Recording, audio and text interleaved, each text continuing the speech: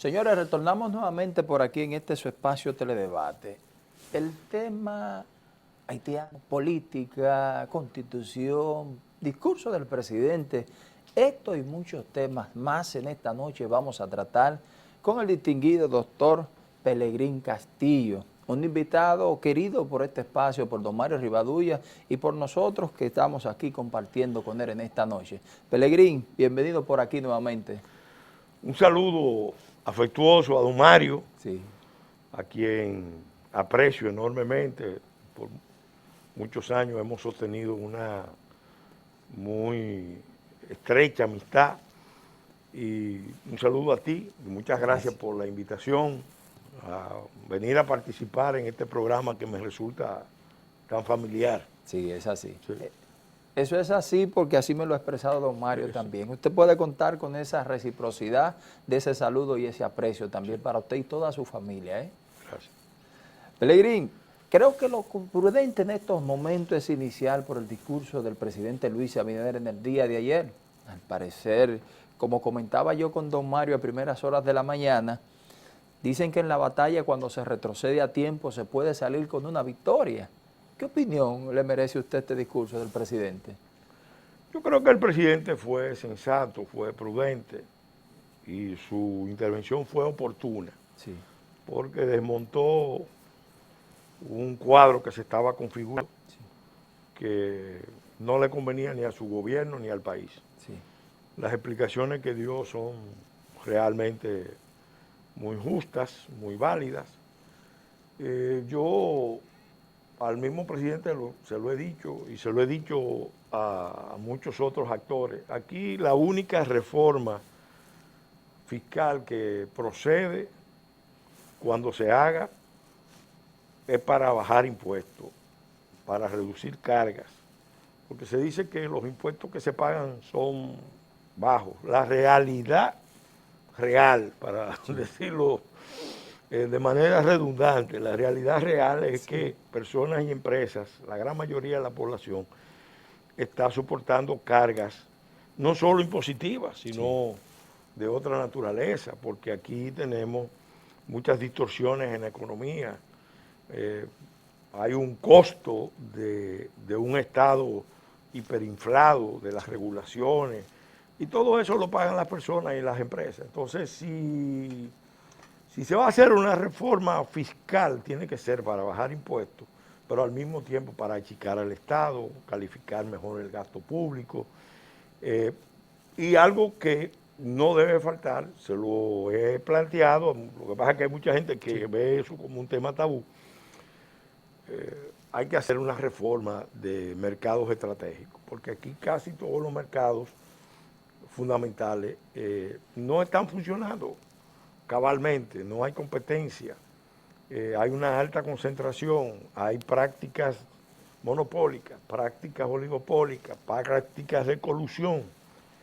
Entonces, en esas condiciones es difícil hablar de reformas. Sí.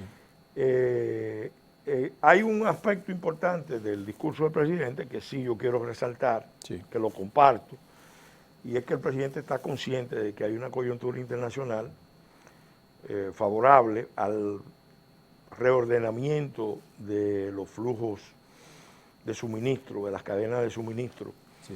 y el gobierno está empeñado en atraer inversiones del exterior que puedan instalarse en República Dominicana y puedan desde aquí exportar a los Estados Unidos, exportar a Europa, porque el esquema de concentrar las cadenas de suministro en Asia y específicamente en China estalló, Sí. explotó.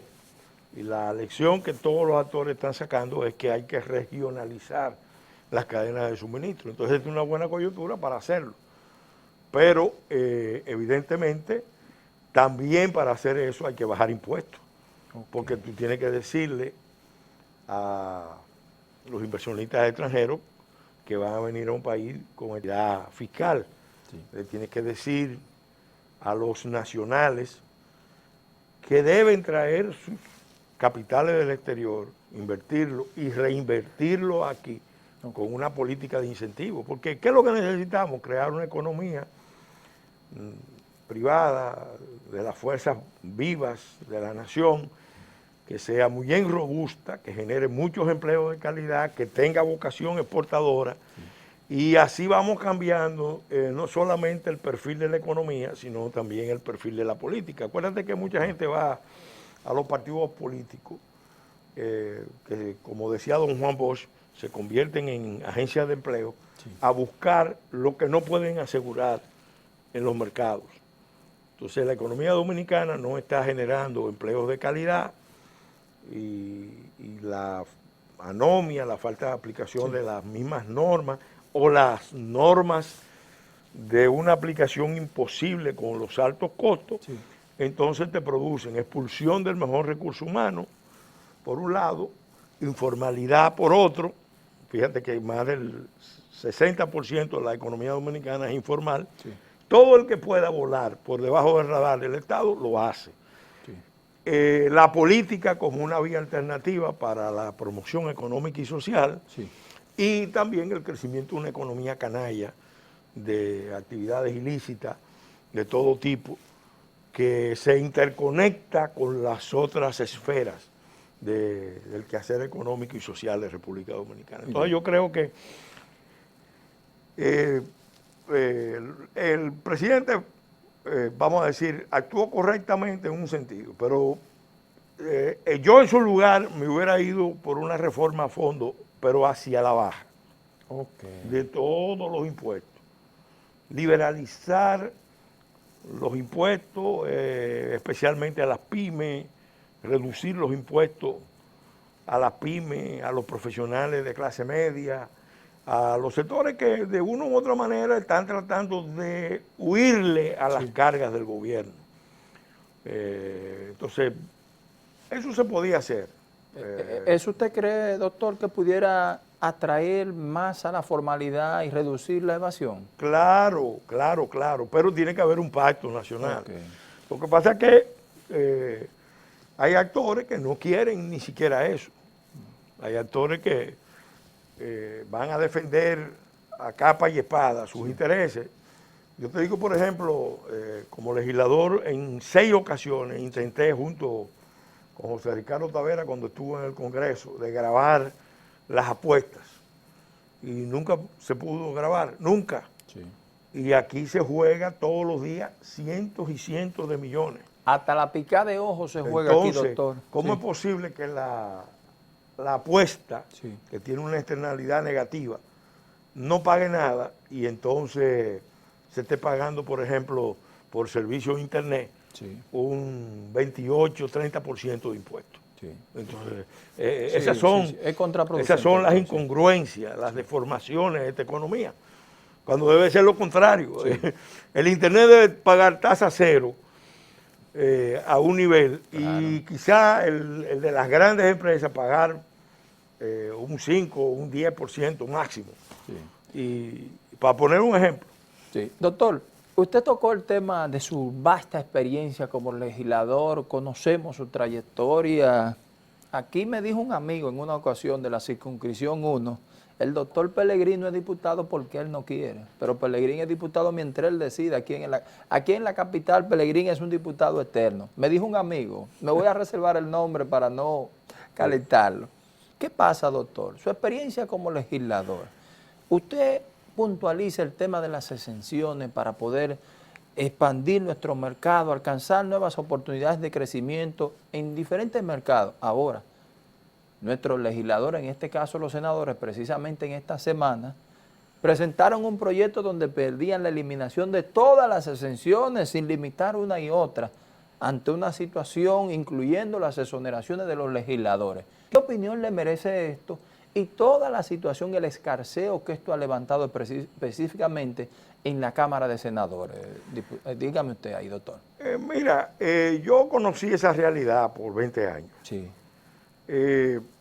Yo creo que los legisladores reaccionaron mal, porque lo que se percibió fue que como se cuestionaba el tema del barrilito, el tema de las exoneraciones sin límite, ellos salieron al frente y dijeron, bueno, pues si nos vamos a sacrificar nosotros, aquí se tiene que sacrificar todo el mundo.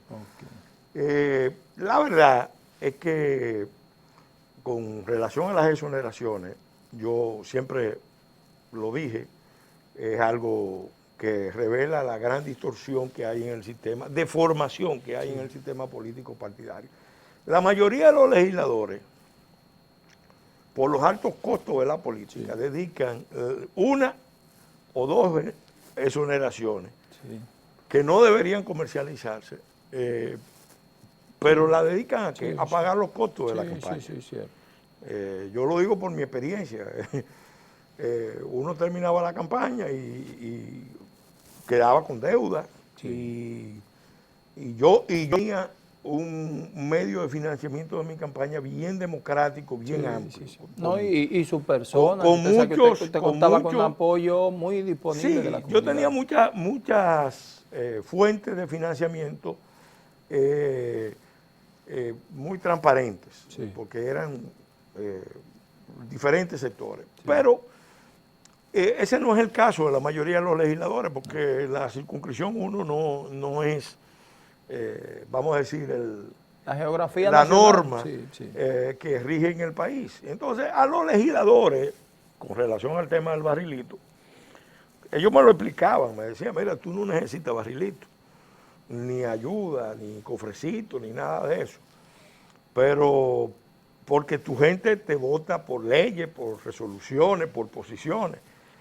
Pero lo que estamos en el interior, y es verdad. Sí, es verdad. Tenemos que ser justos, hay que decirlo. En un estado que no está funcionando bien, hay millones de dominicanos en la marginalidad que van donde las autoridades locales y la figura del senador, del diputado, precisamente es la figura a la que se aborda. Y casi todos los legisladores tienen programas. Algunos puede ser que hayan distraído los fondos o lo hayan desviado, pero la mayoría siempre están atendiendo necesidades locales. ¿Dónde es que está el fallo del Congreso? Que el Congreso, teniendo mucho poder, no usa ese poder, por ejemplo el poder de control, para que le genere una capacidad, por ejemplo, de que un senador y un diputado llamen a un ministro y el ministro inmediatamente toma el teléfono y le dé respuesta a las necesidades.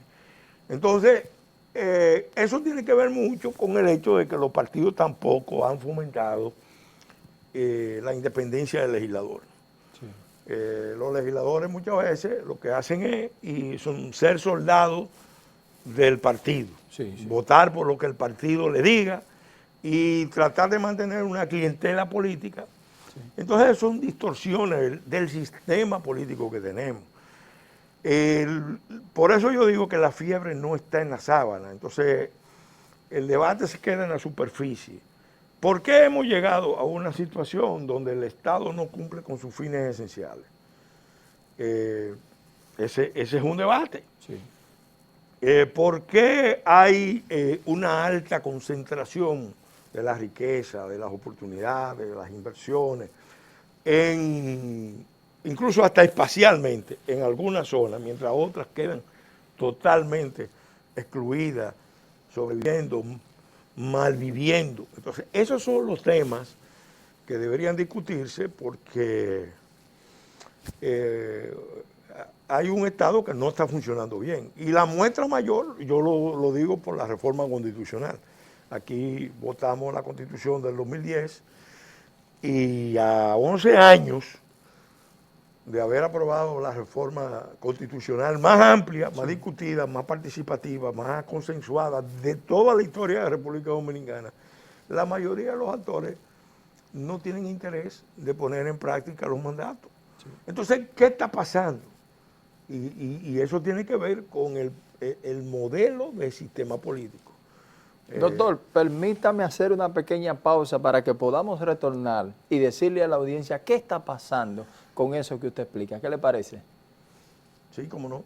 Retornamos en un minuto por aquí.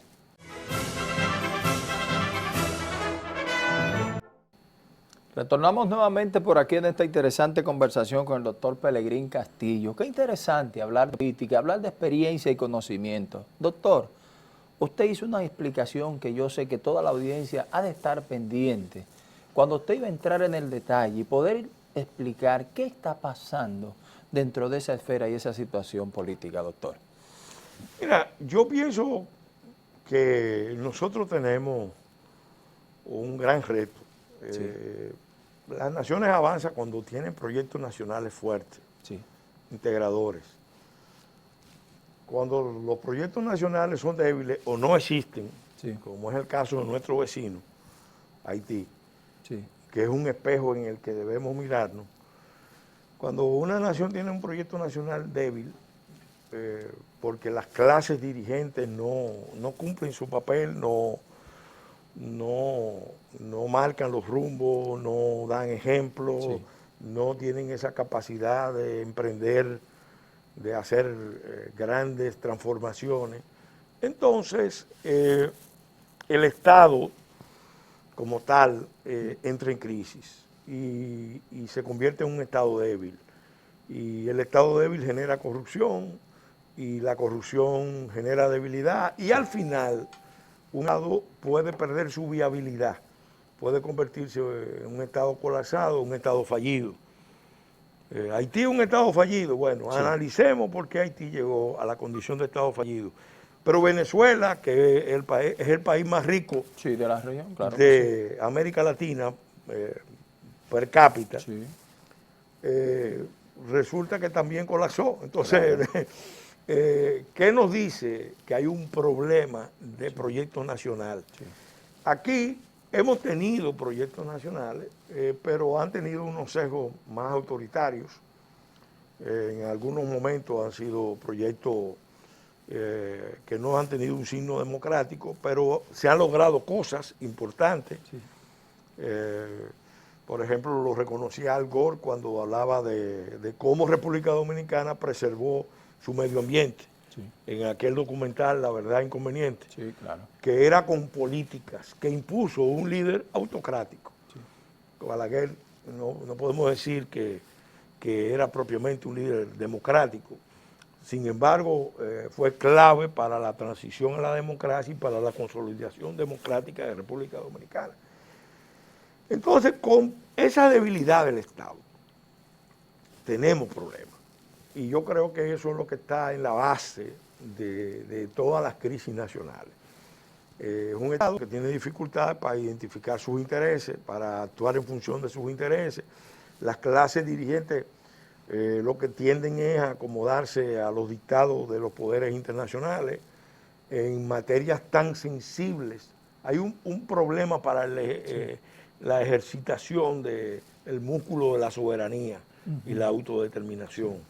Es un músculo que no se ejercita. Y entonces eso debilita al Estado y genera muchas crisis. Y lo vemos en todos los campos, lo vemos en el tema de la seguridad, en el tema de la migración, sí, en el tema... Bueno, el colmo es que ya nos ven tan vulnerables que la Corte Interamericana de Derechos Humanos le dio una orden al Estado Dominicano que cambie la Constitución y las leyes para adoptar un sistema de nacionalidad conforme a lo que decidió la Corte de San José. O sea, cuando llegamos ahí... ¿Cómo va a ser? No, eso pasó hace varios años. Sí, sí. Y entonces aquí no se le dijo que no de manera contundente y se le ha estado buscando la vuelta. Y si eso pasa con la nacionalidad, imagínate con todos los otros aspectos. El resto, sí. Entonces, el problema está en que la relación... Y hay un problema geopolítico. Lo explica muy bien Helio Jaguaribe. Todas las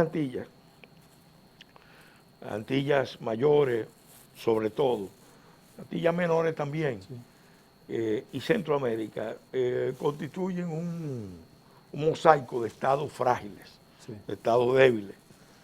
El que tiene con más perfil de estado constituido es República Dominicana, sí, sí, es República Dominicana. Y sin embargo tenemos un problema serio por delante. Entonces, Si queremos realmente superar muchos de todos estos problemas, necesitamos fortalecer nuestro proyecto nacional, hacer un gran pacto nacional en torno a la soberanía, a la autodeterminación y sobre todo a un programa de desarrollo de todo el potencial que tiene República Dominicana, porque lo más penoso de todo esto es que República Dominicana tiene un enorme potencial de convertirse en una mini, vamos a decir, valga la redundancia, una mini potencia. Sí. Mira, por ejemplo, el caso de la minería, que yo conozco bastante bien. Sí, claro. Nosotros tenemos recursos mineros, metálicos y no metálicos, sorprendentes para el tamaño del país. Sin embargo, todavía es la hora que no hemos podido ponernos de acuerdo en una política de Estado para gestionar, aprovechar, sacarle todos los beneficios que le podemos sacar a esos recursos. No ha habido capacidad en las clases dirigentes de ponerse de acuerdo. ¿Qué es lo que ha primado? Un debate ideológico, un debate... Ahora un debate ambiental, doctor, sectores que pero en el fondo, yo te voy a decir, por experiencia, sí, aunque el pretexto es la protección del medio ambiente, y digo pretexto con conciencia de lo que estoy diciendo, la realidad es que como el Estado no ha cumplido con su función de distribuir bien la renta minera, eso ha generado un ambiente de malestar en muchas zonas y por eso hay una actitud antiminera tan fuerte. Sí. Hay también un sesgo ideológico en ese debate. Hay un sesgo marcadamente ideológico porque yo se lo decía recientemente en un seminario que se hizo. Yo creo que si alguna de esas empresas tuvieran capital chino, en esta coyuntura la mayoría de los grupos medioambientales tuvieran una actitud completamente diferente. ¿Y por qué el debate es importante? Porque cuando vemos la lista de los factores que impactan el medio ambiente en República Dominicana, probablemente la minería sea, no es que no tenga riesgo, ojo. Pero es muy mínimo. Es mínimo en comparación, por ejemplo, con el crecimiento desordenado de la ciudad. Mínimo con relación a la falta de una ley de ordenamiento territorial. Sí, claro que sí. Mínimo con relación al uso de agroquímicos y pesticidas que están impactando los acuíferos. Mínimo con relación al impacto que tiene el turismo. Sí. Vamos haciendo la lista y el problema mayor medioambiental de República Dominicana y de la isla, que es la demanda de leña y carbón de Haití y el impacto de cientos de miles, millones de haitianos en el territorio nacional, porque ahí tiene un impacto medioambiental. Ese tema, esos grupos no lo tratan. Sí. Eso no existe. No. Entonces, ¿tú te recuerdas aquel cuento que hacía Juan Bosch de un visco y un toro? Sí. Que el visco vio el toro y le salió huyendo, pero como era visco, veía dos toros. Entonces, huyéndole al toro que no era, lo cogió el toro que era. El toro que era. Entonces, nosotros estamos con la minería, habiéndole una guerra a la minería, sí, cuando la verdad es que hay que elevar el estándar, sin duda.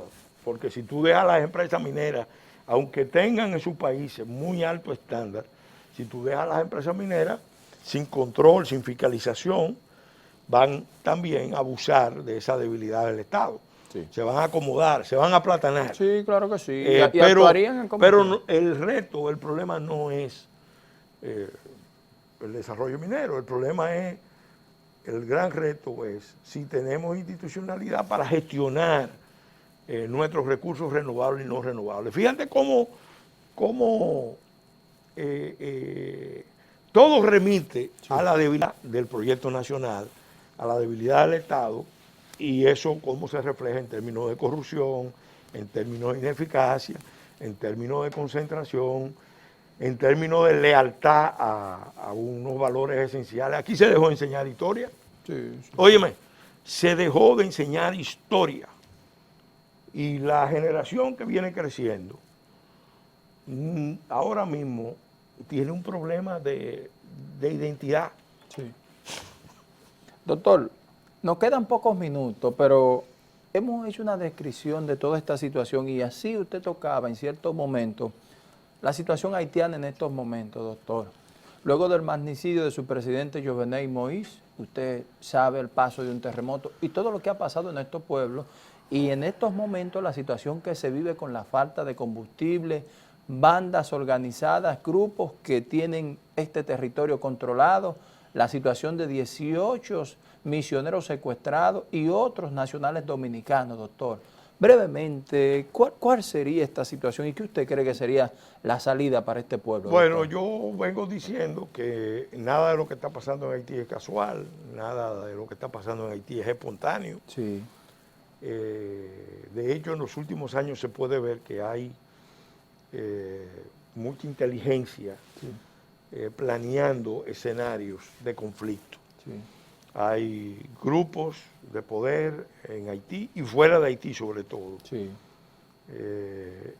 En Estados Unidos, en Sudamérica, fuera del continente. Dicen algunos grupos en Miami, doctor. He escuchado que hay unos grupos que tienen que ver con el tema de las armas y la munición. Bueno, doctor. Haití la están llenando de armamento, Sí. de armamento de todo tipo, muchas municiones, muchas Preocupante armas, eso, doctor. comunicación, mercenarios,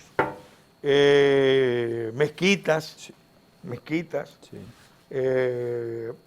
Haití es una bomba que se está armando deliberadamente Sí. para que explote. Ahí hay dos corrientes, hay una corriente desde Estados Unidos que entiende que esa es la vía ya de precipitar la crisis y imponer la solución dominicana al problema haitiano. Sí. Y por otro lado, hay una corriente en el continente y fuera del continente en que entienden que hay que romper la relación neocolonial con Estados Unidos, con el grupo CORE, con Naciones Unidas, porque ese es el mal de origen, el origen del mal Sí. de la crisis haitiana. Entonces, realmente esas dos corrientes están chocando. ¿Cuál es el peligro para la República Dominicana? Que la desestabilización de Haití, esos grupos están pensando traerla para acá. Y entonces, si no hay una reacción nacional poderosa, enérgica, oportuna, el gobierno, por ejemplo, ya ha dado unos pasos. Sí. Se ha retrasado en otro porque el presidente, por ejemplo, anunció el muro y en estas circunstancias, no importan las presiones internacionales que se hayan hecho, porque yo sé que se han hecho presiones. Sí. Desde diferentes puntos del mundo se están haciendo presiones para que no se continúe con el muro. Okay. Pero no importa esas presiones, eso debió ya estar caminando con apoyo total del pueblo. La política exterior está bien enfocada en internacionalizar la solución, se ha buscado aliados en la región, pero nosotros tenemos que estar claros de que esta no es una lucha del gobierno solamente. El empeño nuestro a final de este año y el año que viene va a ser involucrar al pueblo en la lucha. Excelente. Incluso yo hice un planteamiento que lo quiero reiterar aquí. Ahora en diciembre se cumple el bicentenario de la independencia efímera. Sí. Y a principios del año que viene se cumple también el bicentenario de la ocupación haitiana. Y aquí creo que la Academia de Historia va a hacer algo, pero esto no puede ser Simplemente hacer algo. Tiene que ser un movimiento nacional, porque lo que se está produciendo ya, no es migración, es ocupación. Sí. Entonces el gobierno sabe, pero la contundencia de la respuesta sigue estando por debajo de lo que necesitan. Por ejemplo, las autoridades anteriores y estas han denunciado la conversión de República Dominicana en un paritorio de Haití. ¿Qué se ha hecho para pararlo? Todavía no se ha hecho nada. Sí. El tema del control de la migración se está elevando el nivel, pero sin el muro el efecto es contraproducente, porque tú mañana, si tú mañana tuvieras capacidad de sacar 100.000 haitianos mensuales, con esa frontera como está, volverían de inmediato o vendrían más. Entonces, es un momento donde los dominicanos tenemos que unirnos, tenemos que impulsar y empujar al gobierno a que vaya a más, porque esta es una lucha patriótica para la supervivencia de la nación dominicana. Muy bien, doctor. Doctor, se nos ha agotado el tiempo. Me comprometo a invitarlo nuevamente, doctor, porque creo que ese llamado que ustedes hacen de la unión de todo el pueblo para conservar lo que es la soberanía y la independencia de este pueblo, debemos de apoyarle, doctor. Muy bien. Gracias. A usted las gracias. Muy bien. Nosotros hacemos una pequeña pausa para retornar nuevamente ya con la parte complementaria de este su espacio. Interesante conversación con el doctor Pelegrín Castillo. Nos vemos en un momento.